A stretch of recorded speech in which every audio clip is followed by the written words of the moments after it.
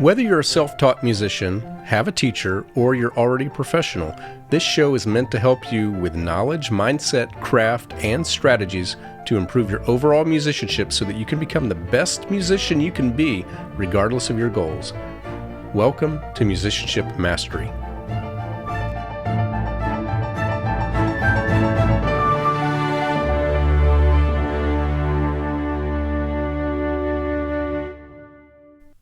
Hello and welcome to episode number 125. My name is David Lane and it is great to be with you once again.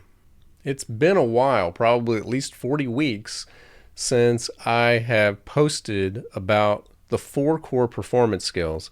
If you're a longtime listener of this podcast, not quite 1 year ago, I posted 5 episodes all about the 4 core performance skills. And these episodes were among my highest engaged episodes that I've done on the podcast. And I feel like we went over them pretty well back then. So I'm going to share those episodes in the description for both YouTube subscribers as well as if you're on the podcast feed, you'll be able to find these episodes in the description. So if you completely missed them, I would go back to those episodes to hear what I'm talking about.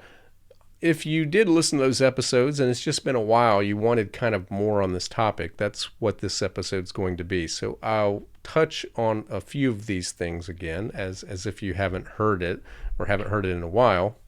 But what I specifically want to talk about today are some ways that you can integrate these core skills into your practice. So let's review the 4 core performance skills, and let's first of all, talk about what do I mean by core performance. These are the skills, in my estimation, in my opinion, that if you will take time to get really good at these 4 skills, you will be prepared for absolutely any situation as a performer in any genre. And those skills are sight reading, playing by ear, transposing, and improvising. Again, sight reading is just the ability to take sheet music you haven't necessarily practiced and play it well the first time. And obviously, if you can do that, then you can prepare something that you didn't have to sight read, but using a written score and play it as written for whatever performance you're supposed to be able to do. But being able to sight read well gives you options that you might not have otherwise.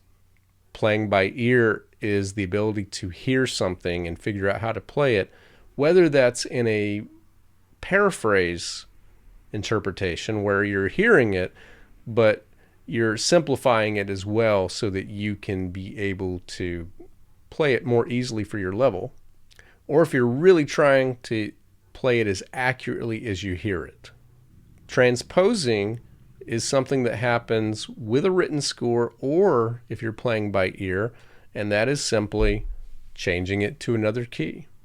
If you're primarily a jazz musician, every teacher I know says practice everything you learn in all of the keys. And then finally, improvisation. I don't include composition as a core performance skill because it really has nothing to do with performing. It's crafting music on paper or through a recording, something that you can have permanently as a record of your creation. Improvisation is freely made up music on the spot. And it might be a solo within a piece, or it may be just sitting down and making up music. Improvisation is powerful because to do it well, you have to have a lot of experience with music and understand why certain scales, certain chord progressions, certain ways of constructing a melody, why it works when it works. And then to dissect that and then put it back together in your own voice. So those are the skills. I have done multiple episodes where I did one episode for each skill, talking about how you can get better at it. So I really would recommend that you go back to those episodes if you need reminders of that. Maybe in the future I'll come back and cover those again so that you don't have to go back so far. But I would definitely check out those episodes.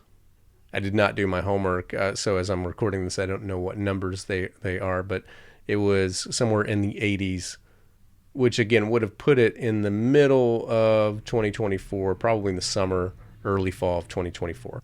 So today's episode, again, once again, is just how can you get started integrating these skills into your practice? And again, they should integrate into your practice. It shouldn't take the place of anything else that you're working on. But these are a way that you can combine 2 or more of these skills at one time. I really don't have a way that you can do all 4. It's really hard to sight read and play by ear, but share with me if you've got a way to do that. So 2 or 3 of these skills at one time. Integration number 1 would be improvising and transposing. So as you're improvising, you're freely making up music. You really want to try to find a melodic idea that you can repeat and do very subtle variations with, but pretty much have it be the same thing. And then take it to a different key. Now the 2 easiest keys to go to, or I should say the 4 easiest keys to go to, 2 of them would be a half step higher or half step lower. And then the other 2 would be the next notch on the circle of fifths going clockwise or counterclockwise. So up a fifth or down a fifth. But keep your improvisation simple as you can at first so that you can really pay attention to what you're playing, develop what you're playing, but keep it melodically familiar to yourself, something that you can keep repeating in a consistent way, and then try changing the key. So the next couple of integrations are putting 3 of these together at one time. So integration number 2 is playing by ear, transposing, and improvising. And you can do this in stages. So we start off with playing by ear. You find something and you play it by ear. Maybe it's something that's not like a long section. Maybe it's an 8 measure, 16 measure section. If you're going to paraphrase it, fine. If you're going to play it as accurately as you can, go ahead and do that. And play through and get comfortable with it.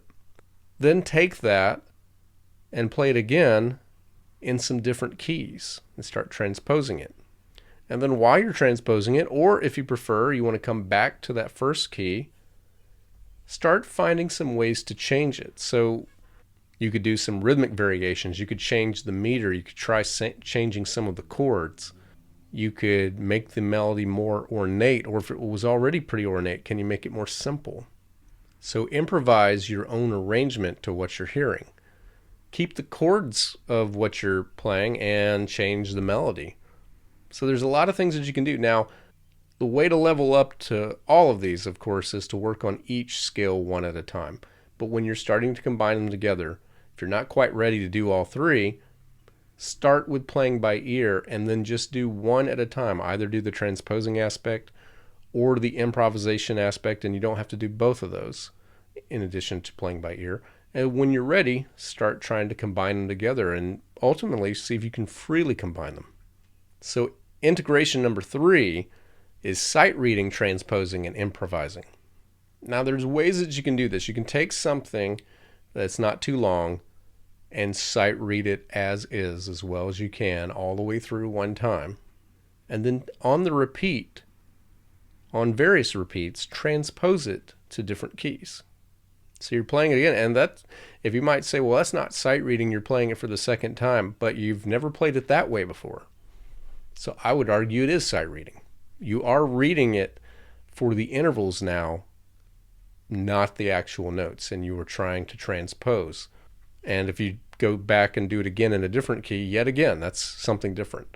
So you could theoretically sight read it dozens of times, especially if you start changing from one mode like a major to minor or minor to major. So that's kind of a way to level up that. And then the other thing is go back and sight read it, but intentionally change aspects as you go. Add notes to it, take notes away, change notes of the chords, change the style of accompaniment if you're playing piano and it's 2 hands. And an ultimate exercise for this is to do a true sight reading first time you've seen something. And as you're playing it, change the key and add these other elements to it. But you can mix and match several different ways. So again, this could be something you do once a week, twice a week, but taking time to explore these core skills on their own will make you a stronger, more reliable performer, and just be ready for absolutely any performance situation.